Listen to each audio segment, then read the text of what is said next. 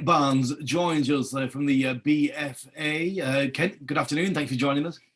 Thank you. Happy to be here. Dawn Honey Chase put us in touch, and we were talking a little bit about the great training programs that you're doing to bring young people in. Can you tell me a bit about that, Kent? Yes, what the BFA has developed over a number of years is a program that specifically targets the 13 to 17-year-old youth. Okay, and the focus of our program is to get them involved and show them the opportunities that are available and give them a real hands-on experience for ballooning and what ballooning is all about. Right now we have a number of different flavors that we use for the youth program. Probably one of our more popular ones is a week-long camp where we bring in youth for a resident camp experience for a week long. And during that week-long camp, they get a chance to do some classroom sessions. They get a chance to go visit some facilities like repair shops, air traffic control towers, all kinds of things with ballooning that are kind of behind the scenes. Then in addition to that, we devote an extraordinary amount of time to give them hands-on with ballooning itself. Yeah. And that means the chance to get out and help crew on a balloon, help assemble a balloon, help see what a balloon is all about, what are the components, and get real hands-on.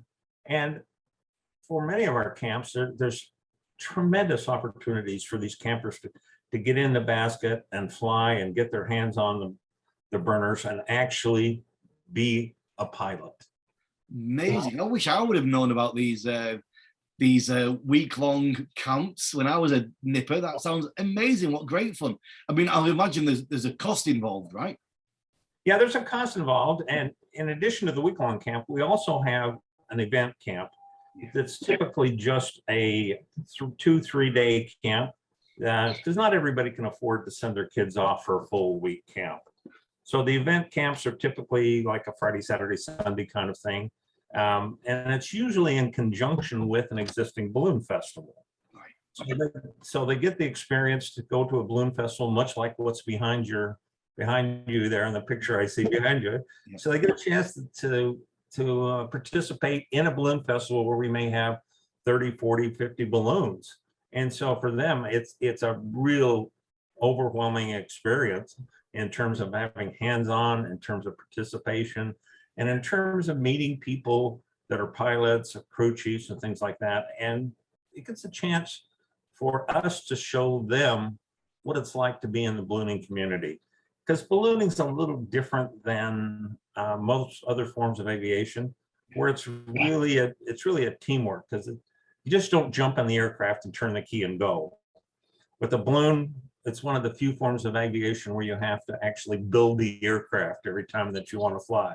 So you've got to build it and give the kids a tremendous amount of hands-on and gives them a lot of responsibility as well. Where did this come from, Ken? Has it been going for many years? Is it relatively new, or? You know, it's been around for probably close to 15 years. This year we're going to have a camp in the southeast portion of the United States. We're going to have a camp in Albuquerque, and we're going to have an event camp in northern Utah. In previous years, we've had camps in the Reno area. We've had camps in the Northeast. We've had camps in the middle part of America, Michigan. So we try and move the camps around so it gives campers an opportunity to come.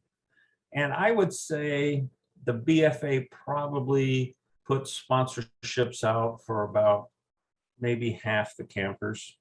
Right. So about half the campers are coming under scholarship that the BFA is providing. That's really, really good. How do people get involved? I'm sorry? How do people get involved with this, Kent?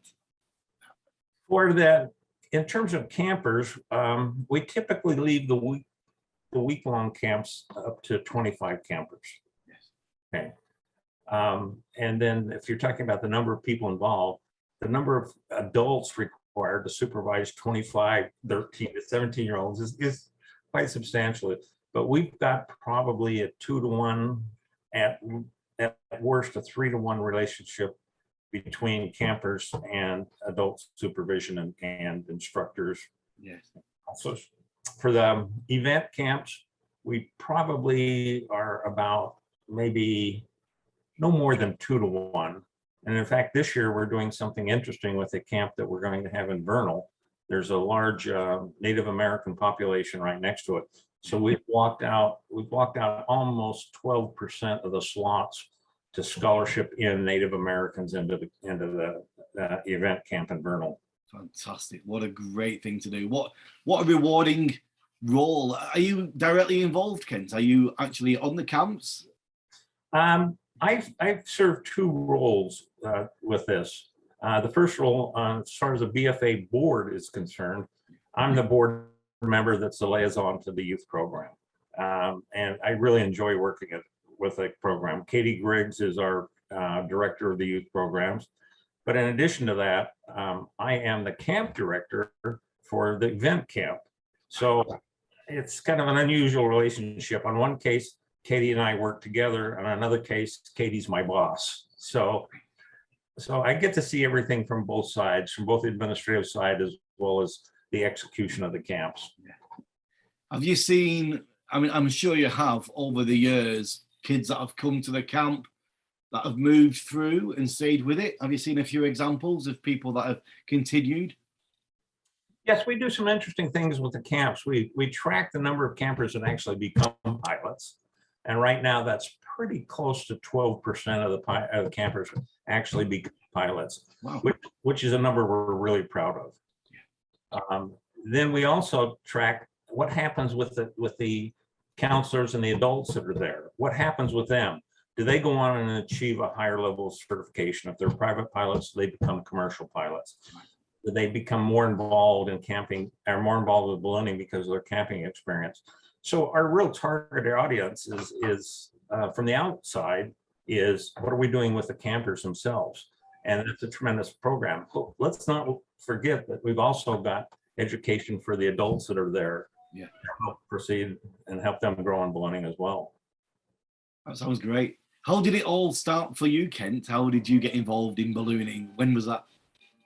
You know, I got involved in ballooning in 2002, and I don't know if you know what life change units are. Yes. So in 2002, I racked up a whole bunch of life change units, and I'd already had a little red sports car, and I'd already had, you know, all of those typical things. And so I said, oh, what's next? What should I do next? And I'd already been flying on a fixed wing side.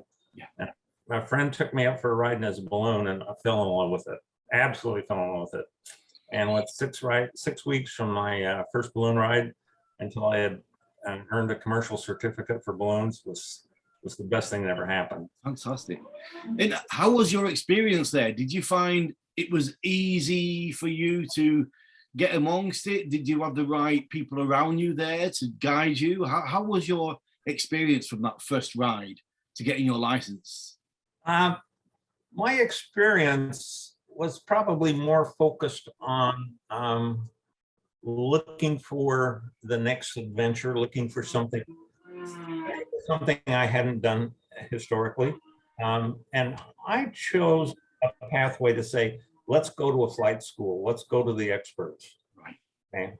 And from, like I said, from the first flight until I had my certificate was 6 weeks.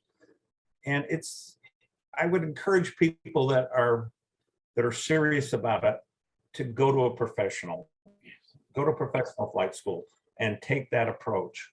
The camps, we really look at the camps as being feeders to get people involved. And once they get involved, there's a number of pathways to do it. But for the adults, I would highly encourage them to look to go to a professional flight school. And for the young people on the camps, how do you get them? How do they find out about it? Couple of different ways. One is within the BFA, we have a tremendous lady that takes care of our social media. Dawn does a fabulous job with our social media, and she's our primary way of making people aware of the programs and our primary way of recruiting campers, if you will. The probably the second most popular way is word of mouth. So somebody went this year and they talk about it, and then they want to come next year. Probably the best example to give you is we did an event camp last year, and during the event camp, people saw, hey, these kids are going for balloon rides. What's all about that? And then so we had probably twice as many people who wanted to come to the camp as we had room for, because that hands-on experience, that ability for somebody to say, geez, I didn't know I could do this. Yeah. You know, what have I got to do to send my kid to camp next year? Yeah, right.